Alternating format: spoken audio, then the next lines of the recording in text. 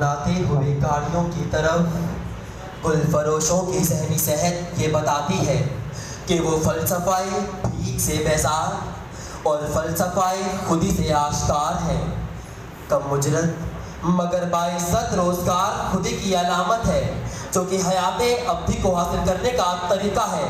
خودی اپنی شخصیت، اپنے وجود کا احساس ہے۔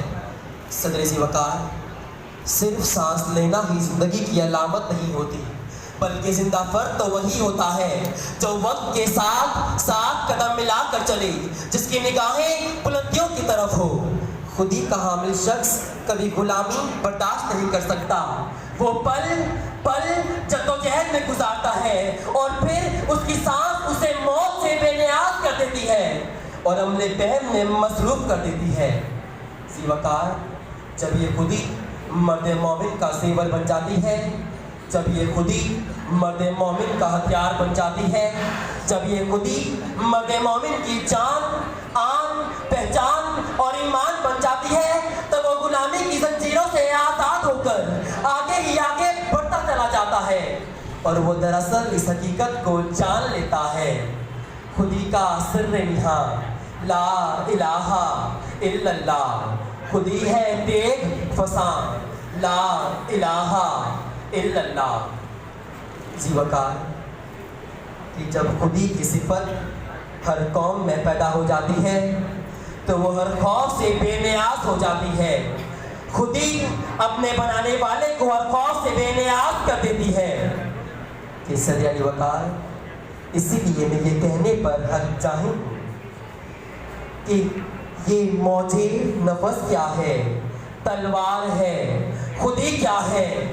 تلوار کی دھار ہے۔ ذی وقار، جب میں نے فلسفہ خودی کی تلوار کی دھار کو سمجھا تو جانا کہ ہم نے موت کو جینا سکھایا۔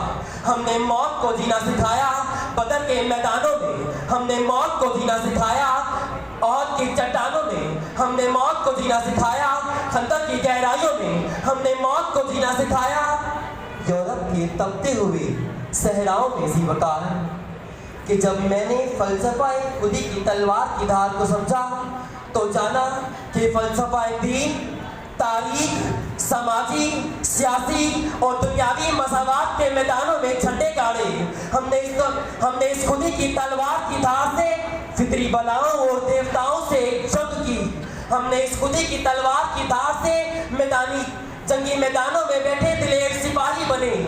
ہم اس خودی کی تلوار کی دھار سے اپنے جسموں پر بم باندھ کر دشمن کے ٹینکوں تلے شہید ہوئے اور یہ پیغام عام کیا تو شاعر کو مجبوراً لکھنا پڑا، اس قوم کو شمشیر کی حاجت نہیں رہتی ہو جس قوم کے جوانوں کی خودی صورت فولاد، ہو جس قوم کے جوانوں کی خودی صورت فولاد۔ آپ کی سماعتوں کا بہت بہت شکریہ۔